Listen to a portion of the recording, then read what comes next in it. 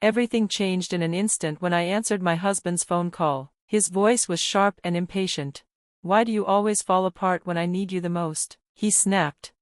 I was lying in a hospital bed, worried about our baby's health, but instead of showing concern, he was complaining about his empty stomach. He was frustrated that I wasn't home to cook for him. Instead of waiting, he decided to go out to eat with his parents. He didn't ask if I was okay or how I would get home from the hospital.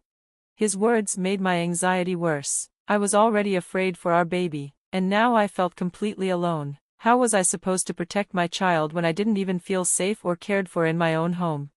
Before I became pregnant, I had a career I was proud of. I was a hardworking and successful cosmetics salesperson. I loved my job, and I was recognized for my efforts with awards and promotions. Falling in love with my husband felt like a dream come true, and our relationship moved quickly to marriage. When I found out I was expecting, I made the difficult decision to quit my job. I wanted to do everything I could to protect my pregnancy, especially since there was a risk of miscarriage. I believed I was doing the right thing for our future family. At first, my husband was happy about the pregnancy, but as time passed, his excitement faded. He became distant and easily irritated. I struggled to keep up with household chores, but no matter how hard I tried, it was never enough for him. He would ask about lunch as if it was the most important thing in the world. If I managed to cook, he would criticize the food, saying it was too simple. He acted like my pregnancy was an excuse rather than a real challenge. Instead of supporting me, he made me feel weak and useless.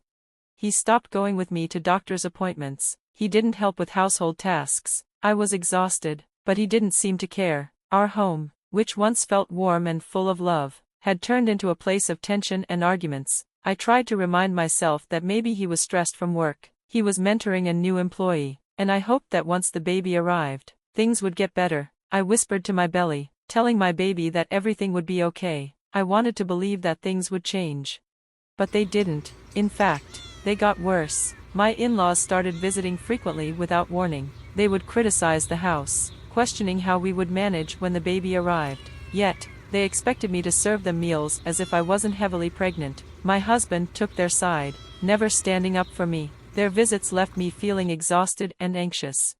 One day, I pushed myself too hard. I went out to buy groceries, but the fatigue was overwhelming. Everything went black, and I collapsed. When I woke up, I was in the hospital. My baby was okay, and the doctor told me I needed to rest for a few days. When I checked my phone, I saw missed calls from my husband, hoping he was worried about me. I called him back, but his words cut deep. "Where have you been?" he demanded. I tried to explain. "I'm sorry, I collapsed at the store and ended up in the hospital. They gave me 4 fluids and want me to rest." His response was cold. "You collapse, and I'm supposed to care? Why didn't you answer your phone? You're so slow."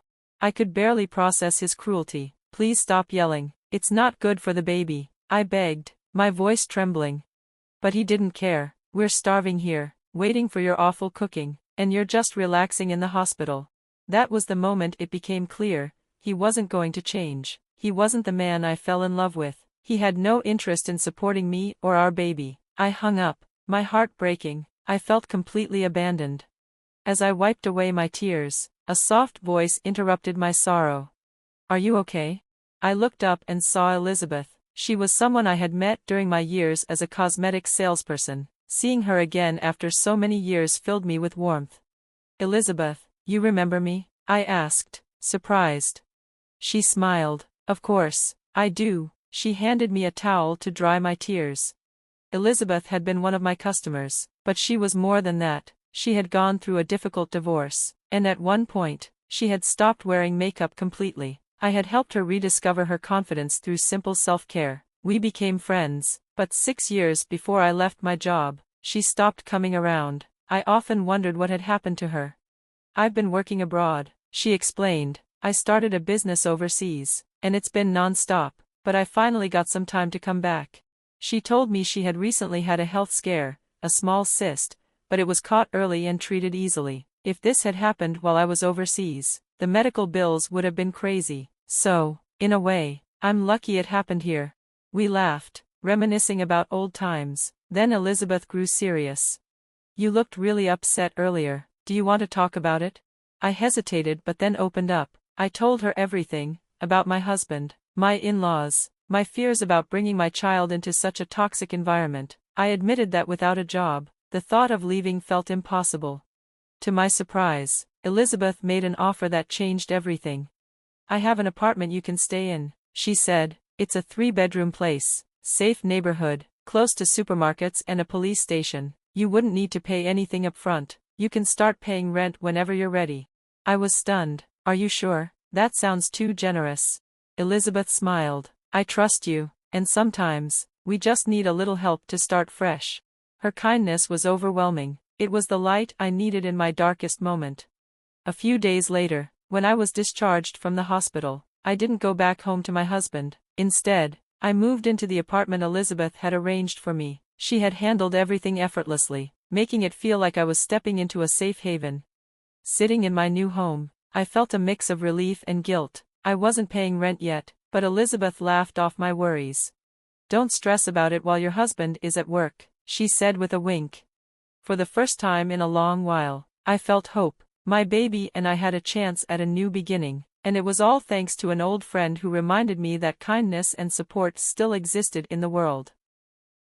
After everything that had happened, I decided to return to our old house to collect my belongings. Walking into the familiar space, I was struck by how empty and lifeless it felt. It was as if the house reflected the emptiness I felt inside. It was once filled with memories, both good and bad, but now it was just a hollow shell.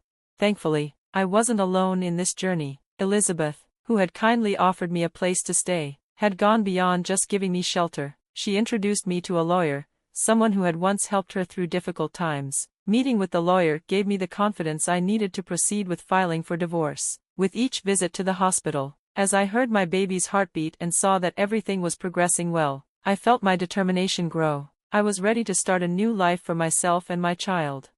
One afternoon, after a routine checkup at the hospital, I stepped outside, feeling relieved that everything with my pregnancy was going well. But my relief turned to dread the moment I saw John waiting for me near the hospital entrance. My heart pounded in my chest as fear took over. I instinctively wanted to turn around and run, but my growing belly slowed me down. Before I could escape, he approached me, his face filled with anger and frustration. "Who's this lawyer you've been seeing? Where are you staying now?" he demanded, gripping my arm tightly. His fingers dug into my skin, and I winced in pain. I took a deep breath, trying to stay calm. "If you want to discuss anything, divorce, compensation, child support, you can do it through my lawyer. I have nothing else to say." I refused to go back home with him. I refused to let him control me again. Just as I was trying to pull my arm away, a young woman suddenly stepped between us. "Let go of her," she said firmly. I turned to see a stranger standing protectively in front of me. She had an air of confidence and strength about her. "Who are you?" John asked, narrowing his eyes. "My name is Lisa," she replied, her voice steady. "You can't force her to go anywhere she doesn't want to."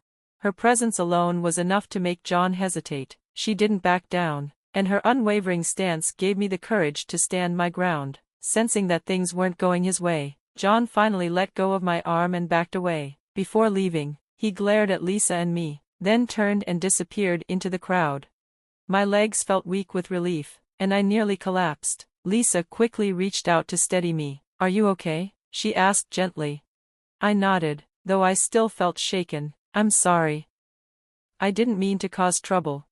Lisa waved off my apology. "It's no trouble at all." Then, without hesitation, she hailed a taxi for me. "Let me take you home."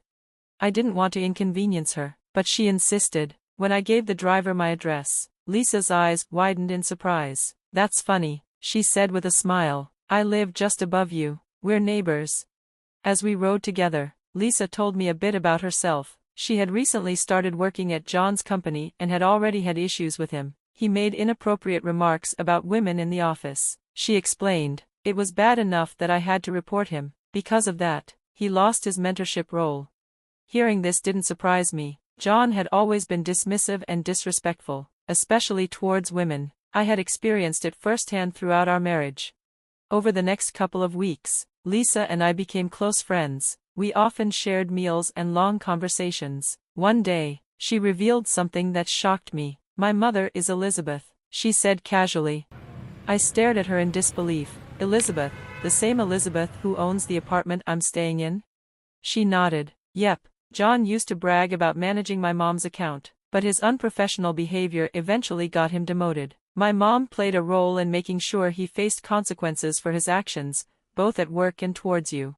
This revelation made me appreciate Lisa and Elizabeth even more. They had both been instrumental in helping me escape John's control.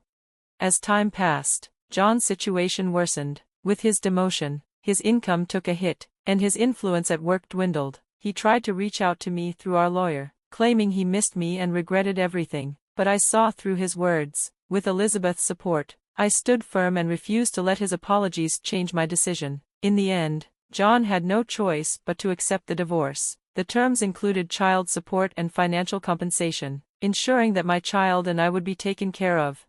Just when I thought I could finally move forward, a new challenge arose, this time from John's parents. My father-in-law, in particular, was obsessed with the idea that my baby was a boy. He began making demands, insisting that once the child was born, I should hand him over to their family, claiming he was their rightful heir. One day, as I was leaving the house, he suddenly grabbed my arm. "You will give us the baby," he declared, his grip tightening. I struggled to break free, panic rising in my chest. Just then, a commanding voice rang out, "Let her go." Lisa had arrived just in time. With her background in judo, a skill she had learned to protect herself and her mother, she swiftly intervened. In one quick move, she freed me from his grasp and made it clear that his threats wouldn't be tolerated. "I've already called the police," she informed him calmly. "They'll be here any second." Sure enough, sirens blared in the distance, and soon officers arrived. My father-in-law and mother-in-law, who had been watching from a nearby car, were taken into custody.